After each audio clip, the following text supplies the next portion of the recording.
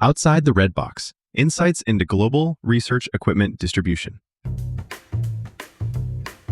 Welcome to the Outside the Red Box podcast, your go-to podcast for insights on growing and scaling life science brands globally. Brought to you by Redbox Direct, we specialize in outsourced sales, distribution, and manufacturing for scientific instruments, with over 20 years of hands-on experience. Let's get started with today's episode. Have you ever, poured months, maybe even years, into a huge project, like a big R&D breakthrough? Oh, absolutely. Developing something really new, perfecting every single detail. You've wrestled with designs, code, hardware, firmware, heck, even got the user manuals done, production sorted. Yep, been there. And then finally that moment hits, you're done, finished, you've reached the finish line. Or maybe not. Well, that feeling, right, that sense of completion, it's powerful, but it's actually just the beginning. That's the beginning. Yeah, it's a really key insight from Rory Gagan, whose work we're kind of digging into today. He makes this great point that finishing R&D, it isn't the finish line at all. It's really the starting line for the product's actual journey out in the world. Huh. That's quite a twist, isn't it? The finish line is the starting line. I think a lot of us, especially if you're deep in R&D, we definitely think of it as the end game. Sure, it feels like it. But if the R&D folks feel like, okay, job done, what's the practical fallout? If you don't grasp that starting line idea early on, what happens? Well, it can lead to some big problems, frankly. Misallocated resources, for one. And crucially, you just miss opportunities right when you launch. Okay. Think about it. You have this brilliant discovery, this perfectly engineered device, huge achievements, no doubt. Right. But if they don't get introduced to the right people in the right way, they might just, gather dust on a shelf. It's like preparing for a big trip, The prep you do before you even take the first step, that massively impacts whether the adventure is successful. It's way more than just checking boxes. So it's proactive, not reactive. Exactly.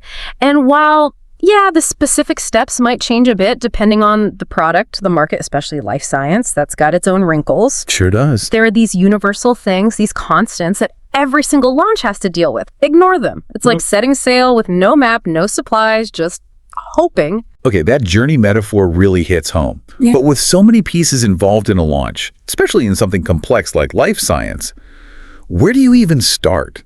Strategically, what's the absolute first flag to plant? Right. Well, the sources we looked at are pretty consistent on this. Before anything else, you absolutely must understand who your target market is. Market segmentation. Market segmentation, exactly. It's all about defining a clearly identifiable group of potential customers. Now, that sounds simple. But actually doing it rigorously, that's where a lot of strategies kind of stumble, especially in specialized fields like life science. I can see that. Okay, so identifiable. What does that really mean in practice? It sounds straightforward, but I bet it gets tricky. It does. Identifiable is much stricter than it sounds. It means your target group has to be targetable. You have to have a clear path to finding them, to talking directly to them, figuring out their needs. It's not just some vague description. Think about the traps of going too broad. Saying your market is all people on Earth or all adults, even something like all life scientists. That's almost always a recipe for not succeeding. Really? All life scientists sounds pretty specific to me. It sounds specific, but it's still way too vast. You end up wasting tons of resources trying to talk to thousands, maybe hundreds of thousands of people. And most of them, they won't care because your specific thing isn't relevant to their specific work. Okay, give me an example. Where does all life scientists fall flat? Perfect. Let's say you've developed this amazing new miniature device for measuring pressure in tiny mouse hearts. Really specific tech. Right, tiny mouse hearts. Got it. Now, if your market segment is just life scientists, who are you talking to? Plant biologists, bacteriologists, human geneticists, neurologists. Yeah, none of them care about mouse heart pressure. Exactly. Very, very few of them are working with tiny mouse hearts. You're just shouting into this massive void. The amount of wasted effort would be huge. Okay, that makes total sense. Wasting time, wasting money, talking to the wrong crowd. So how do we dial it in? Using that mouse heart example, how do you get from life scientists down to something useful? Okay, so you start with life scientists, too broad. Maybe you narrow it down to heart researchers. Better, but still potentially too broad, right? Does that include clinical folks working on human hearts? Because they're not your target either, probably. Okay, so keep going.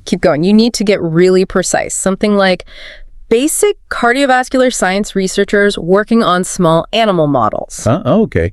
Basic cardiovascular science researchers working on small animal models. Yeah. Now, that sounds like a group you can actually find. Exactly. That's a segment you can work with. It's specific. It's targetable. That's a great illustration of narrowing it down. And this leads to the critical test, doesn't it? How do you know if that definition, like the small animal model one, is actually good enough? What's the real test? The test is super practical. You just have to ask, can this definition actually help me make contact with individual people? Okay.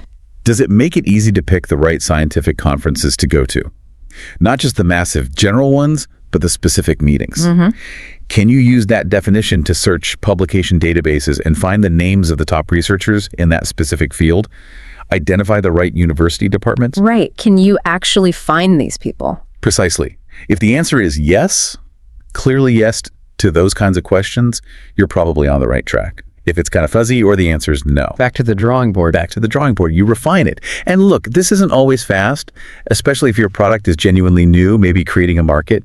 You might have to iterate, test it again, until you land on a group that is truly identifiable. You can contact them, and crucially, they have a real strong need for what you're offering. Okay, so we've zeroed in on our ideal customer. Yeah. Crystal clear focus, but that's only part of it, right? How do we make sure our message actually lands? How do we connect? Yeah. Because reaching them is one thing, but speaking their language, focusing on what they value, that seems critical. Oh, it's absolutely critical. And this is where a really common mistake pops up. It's this engineering language or just technical jargon sneaking into the marketing stuff. The jargon trap. Totally. I've seen so many examples, like describing frequency in hertz in a brochure meant for scientists who always talk about frequency in ppm pulses per minute. Okay, yeah.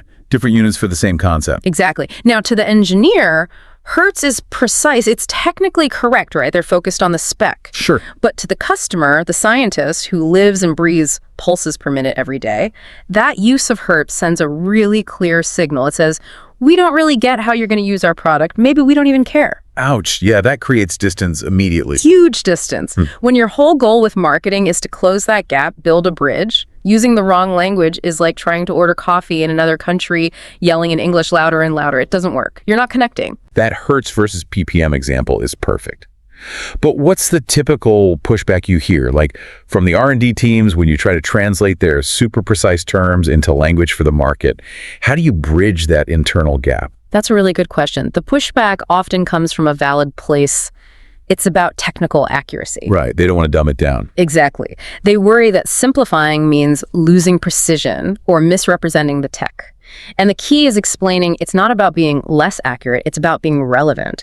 It's translating your precision into their world, their context. So framing it differently. Right. Like instead of just saying X hertz frequency response, you say this sensor's frequency response is X hertz, which means it can capture heartbeats up to Y pulses per minute, perfect for the rapid changes you see in small animal models. See, you keep the accuracy, but add the context and the value for them. Got it. Accuracy plus relevance.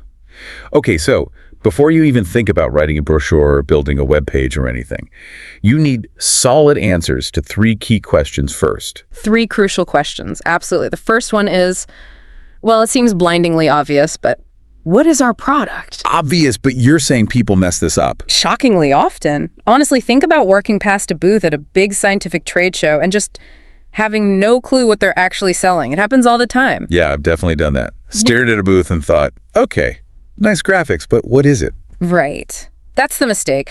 They've maybe been too vague or way too technical, or maybe just too focused on being clever without being clear. It's amazing how that happens. Smart people, brilliant tech. Why do they struggle with just saying what it is? It's often that classic curse of knowledge, you know? They live and breathe this thing. They're so deep in the details, they just assume everyone else gets the basics. They skip step 1. So the message is? Make it crystal clear, seriously. Wow. If you sell a pressure sensor for implanting into mouse hearts, just say that up front, clearly. No ambiguity. Don't hide it behind jargon or vague imagery. Don't fill your materials with like tons of pictures of smiling people or generic graphs of just general blood pressure signals. Because if your actual target audience, those basic researchers working on mice, sees that, they might just assume, oh, that's a clinical device for humans, and walk right past. They completely miss that it's actually perfect for their preclinical work. Okay, pillar number 1. Yeah. Be painfully clear about what it is. Got it. What's number 2? Pillar 2 is, what is our value proposition? This goes beyond just saying what the product does. It's about a clear, concise statement of the specific problem your product solves for the customer. The problem it solves. Yeah. You need to identify a real pain point, something that frustrates them, holds back their research, costs them time or money, and show clearly how your product takes that pain away, or at least seriously reduces it. So it's not just listing features like smaller size or faster speed. It's about the benefit of those features. Exactly. It's the impact. Yeah. You need to show empathy, show you understand their struggle, and then be really specific about the solution. Don't just say, it's better. Give me an example. Tell them, look, you were unable to measure X in mice before, right? Well, now you can. And you can do it with way better precision. That hits directly at their unmet need. That makes perfect sense. But okay, in life science, sometimes the benefit isn't just fixing an immediate problem, right? Sometimes it's more complex, maybe long-term, or it enables completely new kinds of research. How do you capture that kind of value? That's a fantastic point and really important for this field. For a lot of life science tools, the value isn't just pain removed. It might be about enabling questions you couldn't even ask before. Opening new doors. Exactly. Maybe it leads to totally new insights into disease mechanisms. Or maybe it speeds up drug discovery, cutting years off the development timeline. So in those cases, your value proposition has to reflect that bigger picture. So it's not just, you couldn't measure X, now you can. Right. It might be more like, you couldn't even investigate this critical biological pathway before, and now you can, opening up entirely new research directions. It's about showing how your product unlocks future possibilities, not just fixing today's headaches. Okay. Value proposition, focus on the solved problem or the unlocked potential. Makes sense. What's the third pillar? And the third final pillar is, what are our points of differentiation? This is where you make it absolutely clear how your solution is different.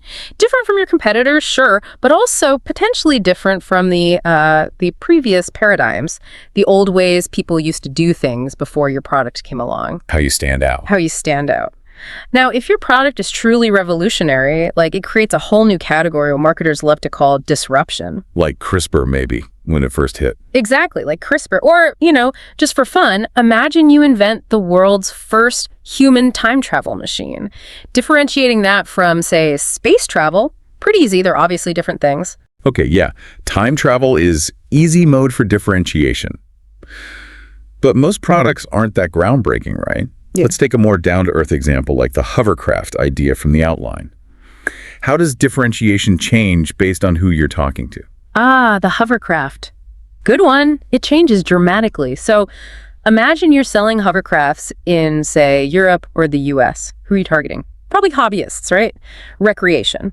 Okay, fun seekers. Yeah. So your differentiation points, they'd be all about fun and adventure, maybe how easy it is to use for a weekend trip, maybe its speed compared to other recreational vehicles. You're selling leisure. Makes sense.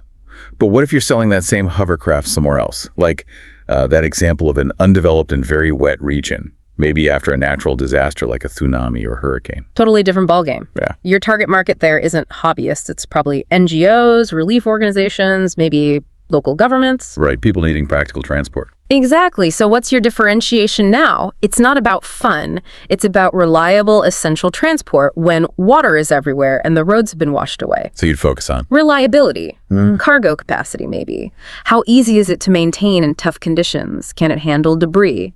The same product, but your points of differentiation are completely different because the target segment and their needs are completely different. Wow.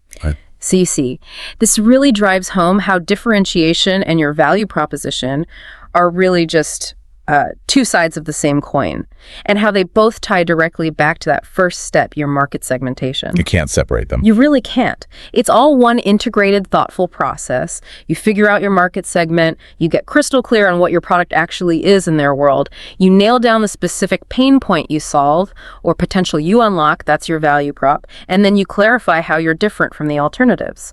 Then, and really only then, are you truly ready to start planning the launch campaign details with any real confidence? It definitely sounds like a cycle, not just a checklist. Defining the market, understanding the product, articulating value, clarifying differentiation.